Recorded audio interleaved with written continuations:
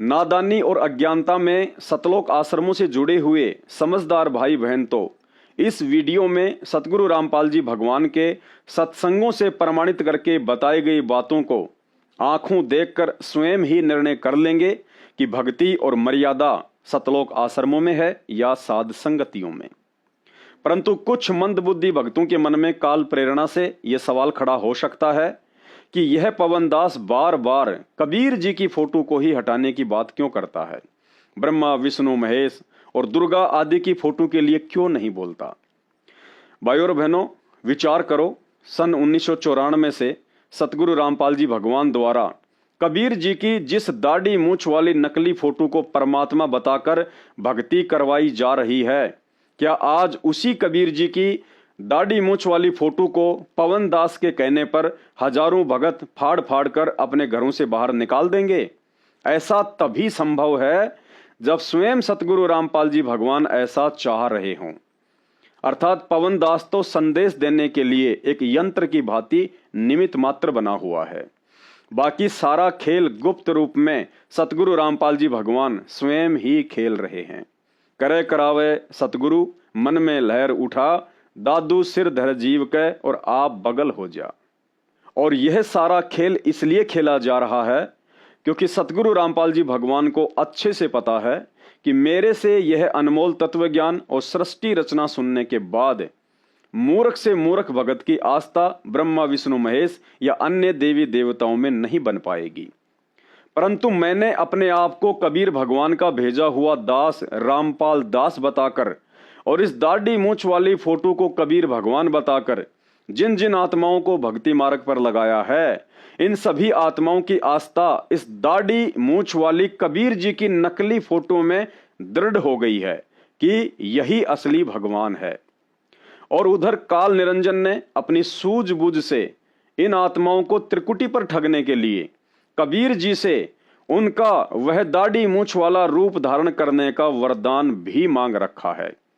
सुनिए पहले 40 सेकंड का यह अनमोल सत्संग, जिसमें काल निरंजन ने कबीर परमात्मा से उसका दाढ़ी मूछ वाला रूप धारण करने का वरदान मांग रखा है।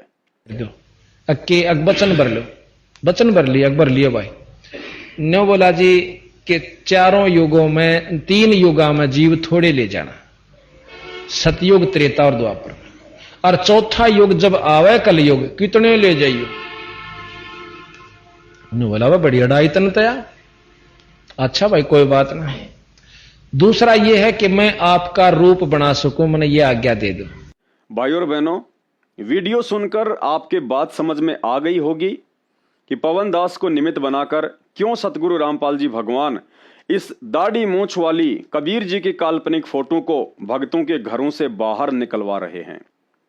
क्योंकि संगत की आस्था इस दाढ़ी मूछ वाली कबीर जी की फोटो से हटकर यदि एकमात्र अपने गुरुदेव भगवान में नहीं लग पाई, तो शरीर छूटने के बाद जब हम त्रिकुटी पर जाएंगे तो काल अपने उस वरदान का फायदा उठाकर इसी दाढ़ी मूछ वाले कबीर जी का रूप बनाकर हम भगत आत्माओं को अपने पीछे पीछे नकली सतलोक में ले जाकर बैठा देगा। क्योंकि हम तो आजीवन इसी दाढ़ी मूछ वाली फोटो को भगवान मानकर भक्ति कर रहे हैं। इसलिए त्रिकुटी पर जब यही रूप धारण करके काल आएगा तो हमारे मन में शंका की गुंजाइश ही नहीं होगी कि कबीर परमात्मा के रूप में यह काल भी हो सकता है। सत्संग एक बार फिर से सुन लीजिए। वचन भर लो, वचन भर लिया, अकबर लिया भाई। न्यो बोला जी के चारों युगों में 3 युगा में जीव थोड़े ले जाना, सतयुग त्रेता और द्वापर, और चौथा युग जब आवे कलयुग कितने ले जाइयो। बोला वह बड़ी अड़ाई तन तया। अच्छा भाई कोई बात नहीं। दूसरा यह है कि मैं आपका रूप बना सकूं, मैंने ये आज्ञा दे दो। भाइयों और बहनों, इस दाढ़ी मूछ वाली कबीर जी की समझे जाने वाली नकली फोटो को आप भक्तों के घरों से हटवाने में मेरा कोई स्वार्थ नहीं है, बल्कि आपका हित अवश्य है। दास तो केवल सतगुरुदेव भगवान की प्रेरणा से अपनी ड्यूटी अदा कर रहा है और करता रहूंगा, चाहे कोई समझे या ना समझे। भाइयों और बहनों, भक्ति मार्ग की एक और अटल सच्चाई सतगुरु प्रेरणा से दास आपको बता रहा है। सतगुरु रामपाल जी स्वयं ही पूर्ण ब्रह्म परमात्मा कबीर देव हैं, इसमें कोई संशय नहीं है। परंतु जो लीला सन 1951 से स्वयं को छुपाकर कर रहे हैं, अंत तक वही लीला करते रहेंगे। अर्थात स्वयं को कबीर जी का भेजा हुआ दास ही बताते रहेंगे। परंतु मनुष्य शरीर में उनकी शरण ग्रहण करके तत्व ज्ञान को आधार बनाकर जो जो आत्माएं उनके द्वारा स्वयं को दास कहने के पीछे की गुप्त लीला को समझकर और आजीवन पतिव्रता पद पर रहकर भक्ति करती रहेंगी, अंत में सतलोक तो वही जा पाएंगी। बाकी आत्माएं भी भक्ति तो आजीवन ही करेंगी, परंतु गुरु को भगवान ना मानकर मात्र भक्ति धन इकट्ठा करेंगी और अंत में काल की गुलाम बनकर यही 21 ब्रह्मांडों में चक्कर काटती रहेंगी। अंत में ज्यादा कुछ ना कहकर आपको गुरुदेव भगवान की एक 3 मिनट की इसार जेल से आई हुई ऑडियो सुनाऊंगा। यदि आप जरा भी बुद्धि रखते होंगे तो अपने गुरुदेव के संकेत को अवश्य समझ जाएंगे तथा ज्ञान को आधार बनाकर मान बढ़ाई को त्याग कर फर्जी सतलोक आश्रमों से नाता तोड़कर अपने आत्म कल्याण के लिए साध संगति से जुड़ जाएंगे।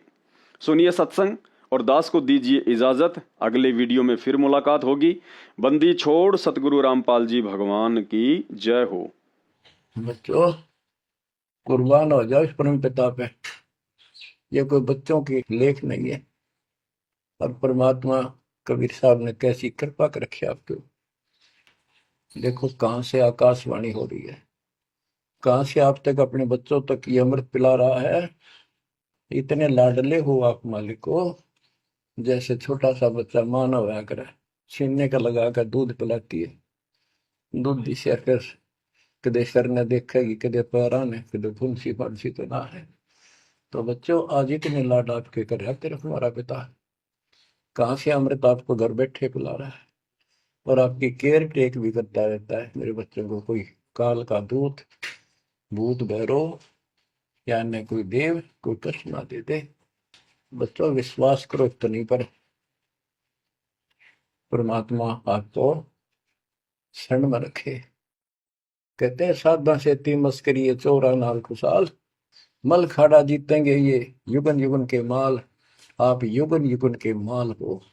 इस भक्ति रूपी अखाड़े में पहले से एक्सरसाइज करते आ रहे हो, ठीक है। नहीं सफलता मिली तो अब आपका फाइनल गेम है और आप आहार में खुराक में कोई कमी नहीं छोड़ी जाएगी। मालिक पर विश्वास करो, कुर्बान हो जाओ। जिसका तुम चटके बैठे हो ये संपत्ति और संतान तेरे साथ मिल जाएगी। नोट कर लो, आपको भी पता है। लेकिन अब ये संतान आपकी होगी अगर ये शरण में रहेंगे। कोई अटैक काल का नहीं होगा। काल की चोट तुम खुद खाओगे, नाम तोड़ के बकवाद करके। आपको ऐसे रखेगा जैसे टीवी की अंडों को महाभारत के युद्ध में रखा था। 100 कार्ड बढ़ा देगा। और ये कहां से मैं बोल रहा हूं पता आपको, और यहाँ क्या हो रहा है क्या आप भी नहीं समझोगे इस मालिक को। बच्चों धन्य आपके माता पिता जिससे जन्म हुआ। कुर्बान हो जाओ, भूल जाओ संसार को।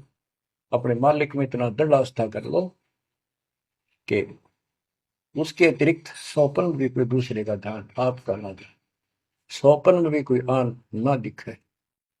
पतिव्रता पद में आने के बाद परमात्मा क्या करेंगे। गिरिपति भरता जमी पर जो जो धर है पावे, समृत झाड़ू देते है ना काटा लग जाए। इतना साथ हो जाएगा। आज साथ तो आज भी है पर हम बालक हमने दिखते को जाओ। आज भी इतने साथ आपको बहुत दुखों से बचा रहे। आप विश्वास करो। बात यही बिगड़ी थी कि हम उस परम पिता को सच्चे दिल से स्वीकार नहीं कर पाए। ये भगवान है। जब तक हम किसी हर प्रकार से 100% पतिव्रता पद पर नहीं आवांगे, इतने ऊपर नहीं जा सकते। बच्चों तुम ऐसे समर्थ के शरण में हो और उस परमात्मा ने आपके लिए कष्ट उठाए। अब आप संभल जाओ, पहचान दो अपने भगवान ने।